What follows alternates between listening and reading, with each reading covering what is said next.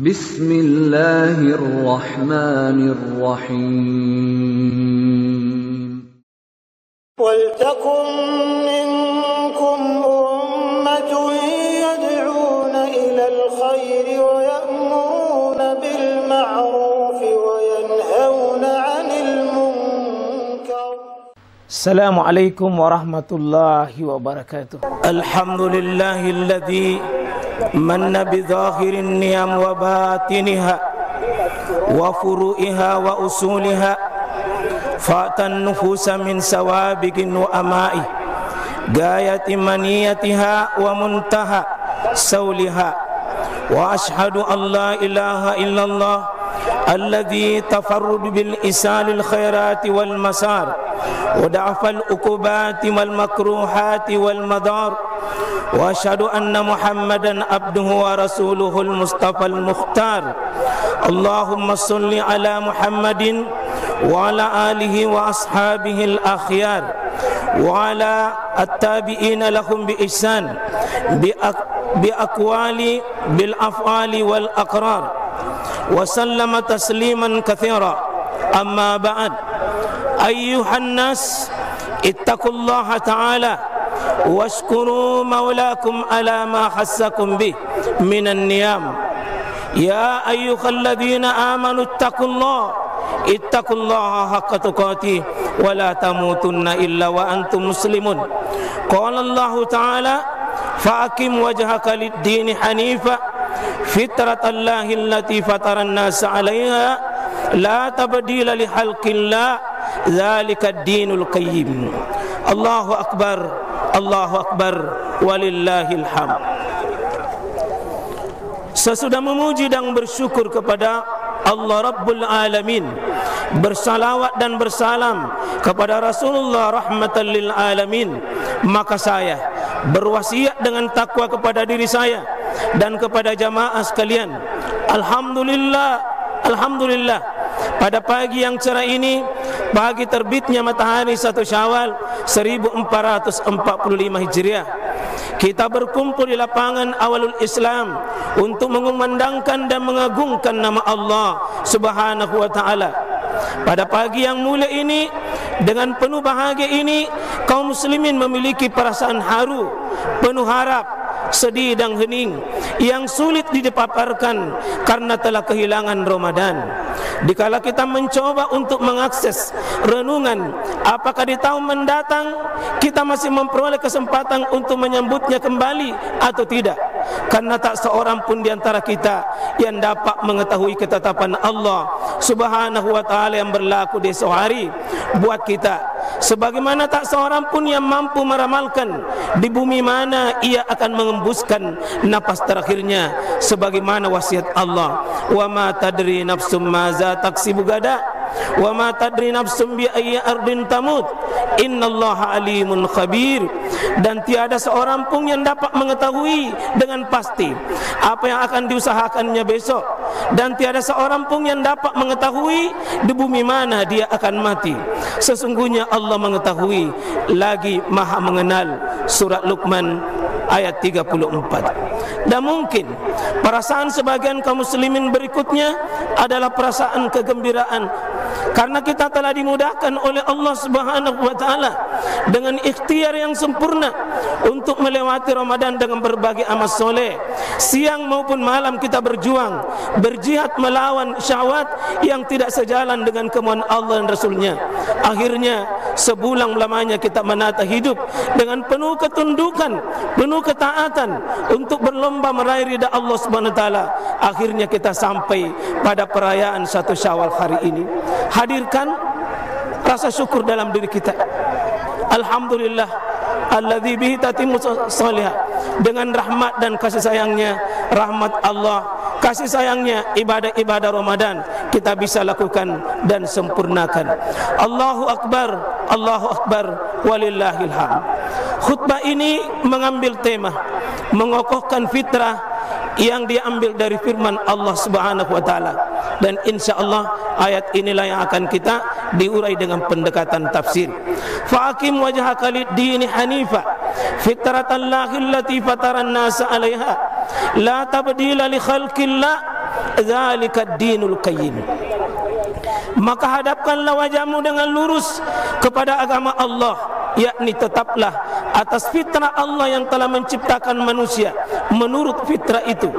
Tidak ada perubahan pada fitrah Allah.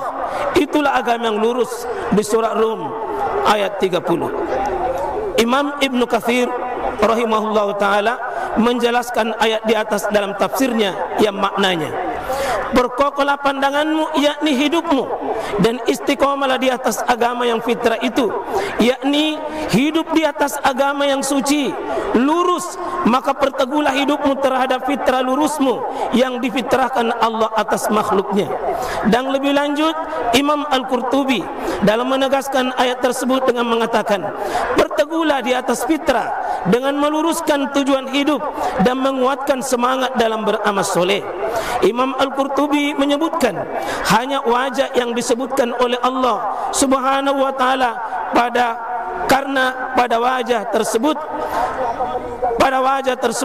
terdapat seluruh indera manusia yang merupakan bagian tubuh yang paling mulia, dan inilah yang diperintahkan untuk diperkokoh, yakni jangan sekali-sekali engkau Muhammad dan orang-orang yang berpaling dan orang-orang beriman berpaling dari fitrah tersebut. Menurut Syekh Saleh Abdul Aziz Al-Syekh dalam kitab tafsirnya Al-Muyassar, kalau ada manusia yang hidup bukan di atas fitrah, hakikatnya mengotori jiwanya dan menentang nalurinya. Dan fitrah yang dimaksud oleh beliau adalah bertauhid, maka orang meninggalkan tauhid akan memasuki kesyirikan dan pada hakikatnya telah merusak hidupnya serta menzalimi dirinya, sebagaimana firman Allah, inna syirka la zulmun azim. Sesungguhnya mempersekutukan Allah adalah benar-benar kezaliman yang besar. Surah Luqman pada ayat 13. Menurut ahli tafsir Profesor Dr. Wahbah Az-Zuhaili mengatakan bahwa manusia adalah makhluk yang memiliki naluri untuk mengenal Allah, mentauhidkannya, serta memiliki naluri beragama Islam yang murni dan suci. Lalu setelah itu sesuai dengan perkembangan muncullah agama-agama rusak dan paham-paham yang mengotori kesuciannya. Ini menunjukkan bahwa sebenarnya manusia diciptakan dalam keadaan sifat alamiah yang cenderung kepada akidah yang benar, bahwa akal manusia aslinya adalah tercipta dalam keadaan bersih dan lurus. Kemudian terjadi perubahan dan penyimpangan akibat pengaruh lingkungan berupa hawa nafsu, pengetahuan dan wawasan yang menyimpan, warisan-warisan tradisi yang batil, dan sikap bertaklid buta secara terus-menerus dan membabi buta kepada para leluhur tanpa menggunakan akal pikiran yang objektif dan tepat. Sebagaimana hadis Rasulullah SAW, kullu mauludi yuladu alal fitrah fa abawahu yuhawidani au yunassirani au yumajjisani. Setiap anak dilahirkan dalam keadaan fitrah, kemudian kedua orang tuanya lah yang akan menjadikan anak itu menjadi Yahudi, menjadi Nasrani, atau menjadi Majusi. Hadis Bukhari Muslim dari sahabat Abu Hurairah. Sebagaimana dijelaskan oleh Syekh Mustafa Al-Maraghi dalam kitab tafsirnya, bahwa akal manusia itu seakan-akan lembaran yang putih bersih dan siap untuk menerima tulisan yang dituangkan di atasnya. Manusia awalnya adalah bagaikan kertas putih yang benang, suci dari noda-noda, namun pada akhirnya manusia itulah yang mengotori dirinya. Sebagaimana hadis Rasulullah sallallahu alaihi wasallam, wa inni khalaqtu ibadi hunafa'a kullahum wa innahum atathum syayatin fa'adallathum an dinihim. Aku ciptakan semua hambaku dalam keadaan hanif atau fitrah, kemudian setan mendatangi mereka menyesatkan dari agama mereka. Hadis riwayat Muslim dari Iyad bin Himar. Kemudian potongan ayat, la tabdila li khalqillah, tidak ada perubahan pada fitrah. Syekh Abu Bakar Jabir Al-Jazairi menjelaskan makna ayat tersebut, yakni jangan kalian mengganti ciptaan Allah yang fitrah itu, dan jangan kalian mengubahnya, yakni berpaling dan meninggalkannya. Ayat ini mempertegas perintah untuk memperkokoh fitrah, yakni Islam, tauhid, dan amal soleh. Istiqomah di atas jalan itu, jangan mengganti Islam dengan agama yang lain, paham yang rusak. ideologi yang batil. Perkokohlah hidup di atas tauhid, jangan ganti dengan kesyirikan. Perkokoh dengan amal soleh, jangan ganti dengan kemaksiatan. Kemudian potongan ayat, zalika dinul qayyim, itulah agama yang lurus. Sayyid Qutb dalam tafsirnya menyebutkan dua hal yang fitrah dari Allah Subhanahu wa taala, yakni Islam itu sendiri.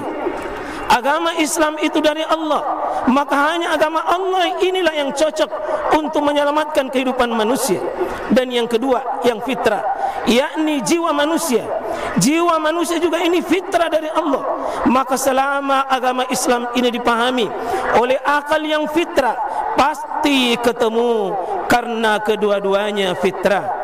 Maka Allah Subhanahu wa taala menuntun kita dengan menunjukkan hanya satu syariat yang cocok, hanya satu syariat yang cocok, yang sesuai jiwa yang fitrah, sebagaimana dipertegas oleh firman-Nya yang lain, wa anna hadza sirati mustaqima fattabi'uhu wa la tattabi'us subul, dan bahwa yang kami perintahkan ini jalanku yang lurus, yakni Islam, maka ikutilah dia, jangan kamu mengikuti jalan-jalan yang lain. Surah Al-An'am 153. Allahu Akbar, Allahu Akbar, walillahil hamd.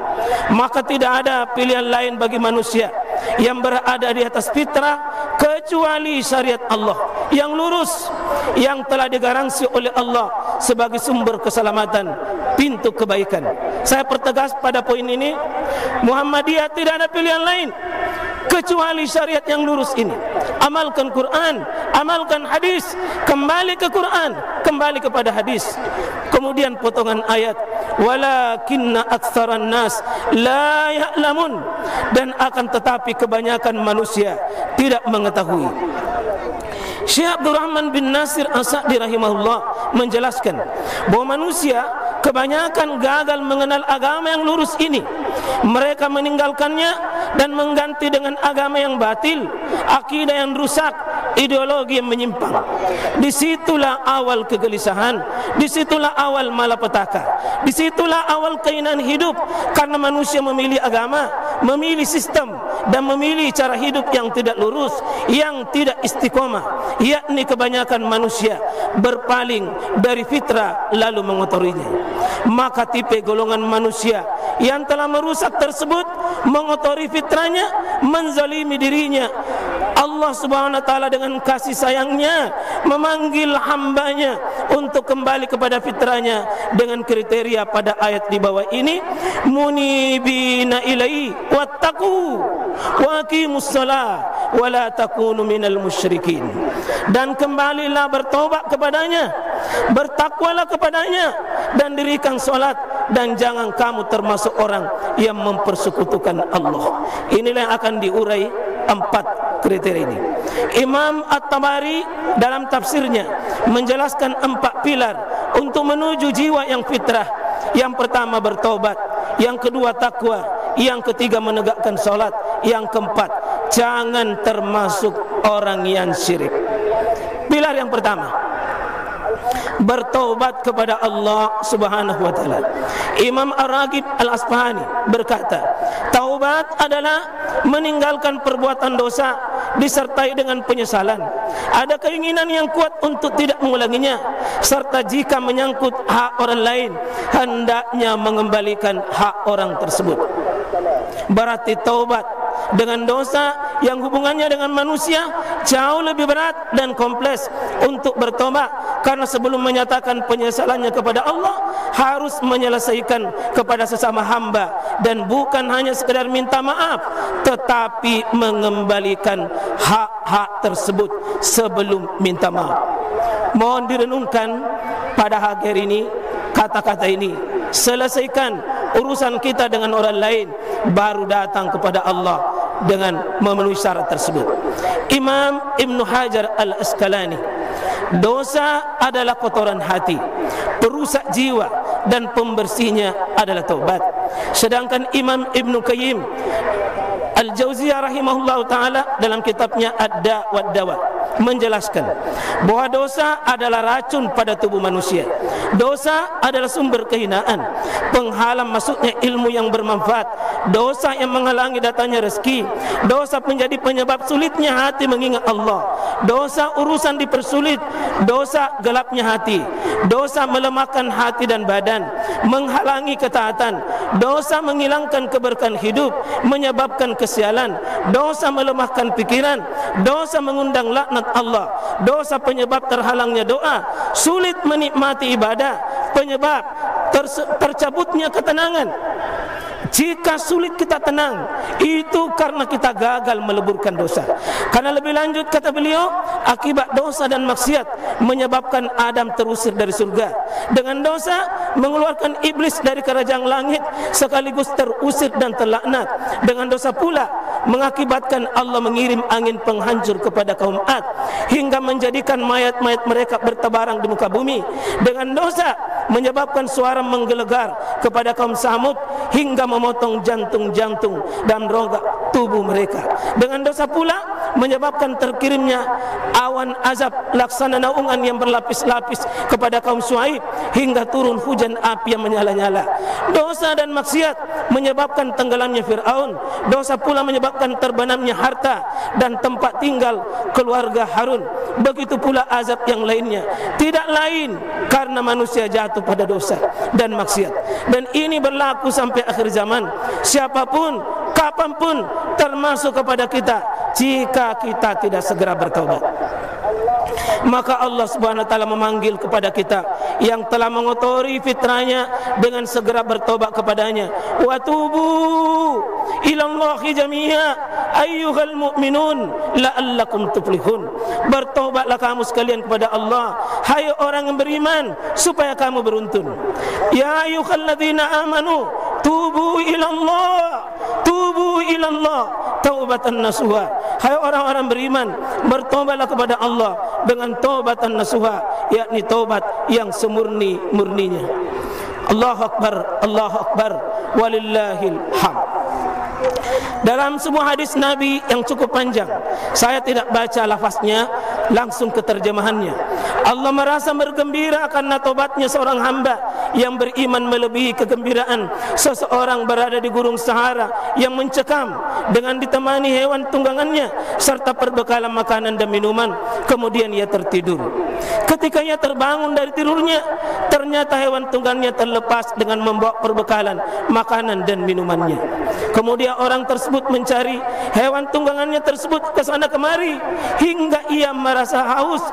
Setelah itu pun ia berkata, sebaiknya aku kembali saja ke tempat tidurku semula sampai aku mati saja. Tak lama kemudian orang tersebut membaringkan tubuhnya dengan meletakkan kepalanya di atas lengannya, atas berputus asanya, siap-siap untuk mati. Ketika ia terbangun, ternyata hewan tunggangannya yang telah berada di sisinya dengan membawa bekal makanan dan minumannya. Sungguh kegembiraan Allah karena tobatnya seorang hamba yang beriman melebihi kegembiraan orang-orang yang hewan tunggangannya terlepas lalu kembali dengan membawa perbekalan makanan dan minumannya. Ini hadis Bukhari Muslim dari sahabat Abdullah ibnu Mas'ud. Semoga hari ini kita gembira karena telah melakukan taubat. Maka berdasarkan pilar ini, ciri utama orang yang kembali kepada fitrah adalah menghentikan kemaksiatan. Menghentikan kemaksiatan yang artinya jika sudah Ramadan ini kebiasaan bermaksiat tidak berhenti, berarti tanda kita belum kembali kepada fitrah. Allahu Akbar, Allahu Akbar, walillahil hamd. Pilar yang kedua, takwa kepada Allah Subhanahu wa taala. Ta'alaq bin Habib berkata menjelaskan definisi takwa, at-taqwa an ta'mal bi ta'atillah ala nurin min Allah tarju sawaballah wa an tatruka maksiatillah ala nurin min Allah tahafu iqaballah. Takwa ialah engkau melaksanakan ketaatan kepada Allah dengan cahaya dari Allah, yakni ilmu, karena mengharap ganjaran dari Allah, yakni hari kiamat. Dan engkau meninggalkan perbuatan maksiat kepada Allah dengan cahaya dari Allah, karena takut terhadap azab Allah. Ini athar yang sahih. Takwa inilah yang merupakan puncak perjalanan seluruh ibadah kita di bulan Ramadan. Berdasarkan definisi ini, Takwa yang kita sudah perjuangkan minimal 3 indikasinya. Ilmu, meninggalkan kebodohan. Ikhlas, bersedia meninggalkan syirik. Ittiba, tinggalkan hawa nafsu. Sekali lagi, ada ilmu, ada ikhlas, ada ittiba. Hakikat dari takwa adalah melakukan ketaatan dalam berbagai ibadah yang diperintahkan dan meninggalkan maksiat dari berbagai bentuk larangan. Maka jika sudah Ramadan ini masih menawar-nawar perintah Allah yang sudah menjadi kewajiban kita, itu tanda belum kembali kepada fitrah. Pilar yang ketiga, menegakkan solat. Fa in tabu wa aqamus shalah wa atauz zakah fa ikhwanukum fid din. Jika mereka bertaubat, mendirikan salat dan menunaikan zakat, maka mereka itu adalah saudara-saudaramu seagama. Dalam ayat di atas Allah mensyaratkan persaudaraan sesama mukmin dengan 3 kriteria. 1, mau bertobat. Yang kedua, menegakkan salat. Yang ketiga, mengeluarkan zakatnya. Berarti menurut Syekh Said bin Ali bin Ab Al-Qatani, meninggalkan salah satunya berarti mencabut haknya sebagai orang yang mukmin. Bahkan dalam hadis, bainar rajuli wa bainas syirk wal kufur tarkus salat, yang memisahkan antara seorang laki-laki dengan kesyirikan dan kekufuran adalah meninggalkan salat.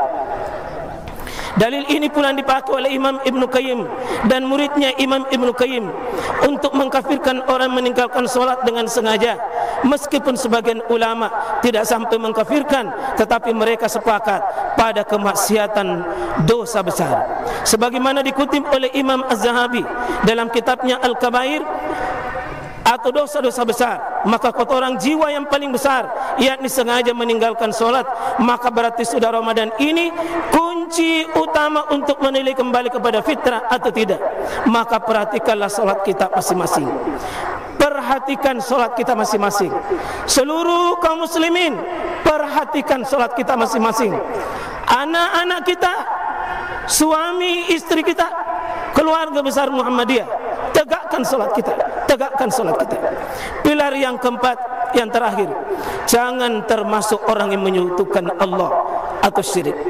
Menyekutukan Allah atau syirik adalah kotoran jiwa nomor 1. Tidak ada lagi di atasnya. Inilah penghancur seluruh kebaikan dan amal soleh, sebagaimana ditegaskan dalam firman-Nya, la in asyrakta la yahbatanna amaluk wa la takunanna minal khasirin. Jika kamu mempersekutukan Allah, niscaya hapuslah amalmu dan tentulah kamu termasuk orang-orang yang merugi. Maka syirik adalah musuh besar dari fitrah. Syirik selamanya tidak akan pernah bertemu dengan tauhid. Manusia aslinya adalah makhluk bertauhid, yakni memiliki fitrah, sebagaimana difirmankan oleh Allah Subhanahu wa taala, wa ashhadakum ala anfusihim alastu bi rabbikum qalu bala syahidna. Allah mengambil kesaksian terhadap jiwa mereka. Saya berfirman, bukankah aku ini Tuhanmu? Maka mereka menjawab, betul, engkau Tuhan kami. Kami menjadi saksi. Penghalang utama manusia untuk kembali ke fitrahnya ketika melantik Tuhan baru atau terjebak dengan kesyirikan. Maka dari penjelasan di atas dapat diketahui 4 kunci utama manusia dapat kembali ke fitrahnya, dan 4 pilar ini pula bisa menuntun manusia menghasilkan amal soleh, dan 4 pilar ini pula mengarahkan manusia kepada hidup yang berkemajuan. Allahu Akbar, Allahu Akbar, walillahil hamd. Kaum muslimin dirahmati oleh Allah Subhanahu wa taala, sebelum saya membaca kesimpulan ini, sebagai sunnah dari Nabi, biasa beliau wasiatkan khusus kepada kaum wanita. Wahai wanita-wanita yang mulia, wahai wanita-wanita yang ahli surga, mari insyaallah mengawal diri kita menjadi wanita mulia. Jangan pernah lelah beribadah, jangan pernah capek menghamba kepada Allah. Wahai wanita yang mulia, dianjurkan kita oleh Nabi kita SAW, maka bersabarlah kepada kedua orang tua kita yang belum memiliki pasangan, dan bersabarlah mendampingi suami-suami kita, karena suami kita itu bukan malaikat. Sebagaimana bukan kita bidadari, suami tak punya kekurangan, kita punya kekurangan, tinggal kita menerima kekurangan kita untuk saling menutupi. Demikian wasiat singkat biasa Nabi wasiatkan. Kesimpulan, Wajibnya setiap muslim menjaga kekokohan fitrahnya. Manusia adalah makhluk yang memiliki naluri atau fitrah mengenal Allah, mentauhidkannya, dan naluri beragama Islam. Waspadailah segala perangkap setan yang mengotori jiwa fitrah kita, seperti pengetahuan yang rusak, warisan tradisi yang batil, taklid buta, pengaruh lingkungan yang menyimpan. Ada 4 pilar untuk menuju fitrah. Bertobat kepada Allah, jangan ditunda-tunda hari ini. Takwa kepada Allah, menegakkan solat, jangan termasuk orang yang menyekutukan Allah. Hanya orang yang berada di fitrah ini yang dapat menghasilkan amal soleh untuk kemajuan umat. Akhirnya, marilah kita mengakhiri khutbah ini dengan berdoa kepada Allah Subhanahu wa taala, dengan memohon kepadanya agar kita dapat istiqamah dan kembali kepada fitrah kita. Alhamdulillahi Rabbil Alamin. Allahumma salli ala Muhammad wa ala ali Muhammad.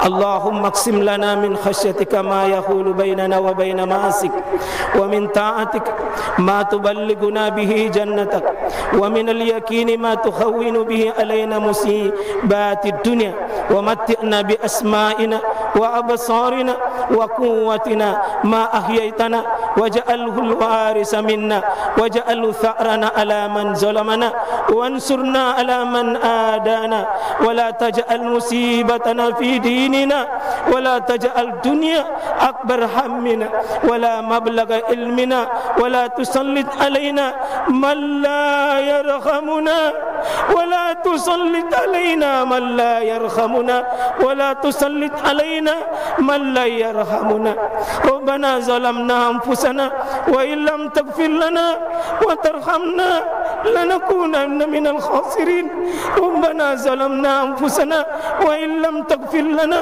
وترحمنا لنكونن من الخاسرين ربنا لا تؤاخذنا إن نسينا أو أخطأنا ربنا ولا تحمل علينا إصرا كما عملته على الذين من قبلنا ربنا ولا تحملنا ما لا طاقة لنا به واعف عنا واعف عنا واعف عنا واغفر لنا واغفر لنا واغفر لنا وارحمنا وارحمنا وارحمنا أنت مولانا أنت مولانا أنت مولانا فانصرنا على القوم الكافرين ربنا ما خلقت هذا باطلا سبحانك فقنا عذاب النار ربنا إنك من تدخل النار فقد أخزيته وما للظالمين من أنصار ربنا إننا سمعنا مناديا أي ينادي للإيمان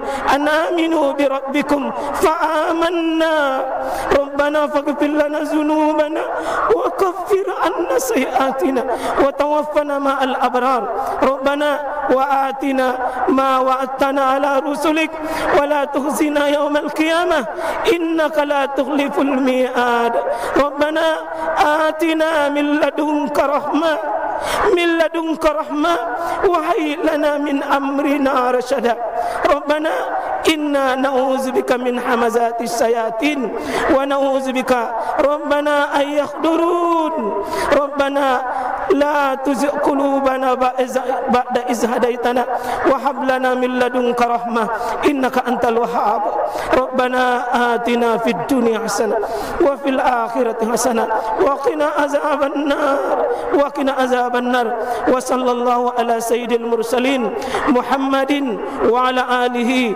وصحبه أجمعين سبحان ربنا رب العزة عما يصفون وسلام على المرسلين وآخر دعوانا أن الحمد لله رب العالمين.